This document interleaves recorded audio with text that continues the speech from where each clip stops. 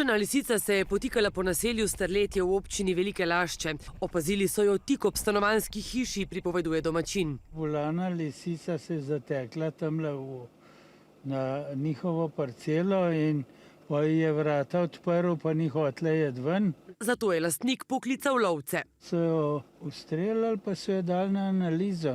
Rezultat pa bolezen avjetskega, poznana tudi po imenu lažna steklina, ki jo sicer prenašajo divji prašiči.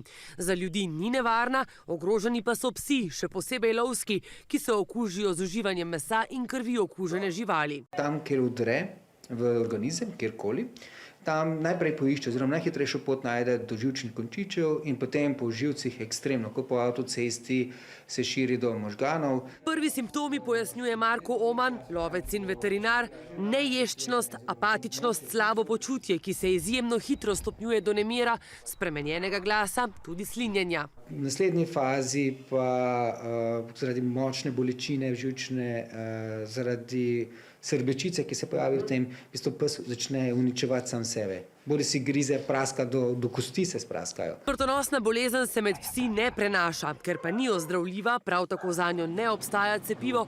Oman lastnike psov poziva, pomembna je preventiva. Če hočemo zaščititi svojega psa, ne ga spuščati brez nadzora. Ne mu dovoliti, da kar pomalo poživeč poje, kar kje najde.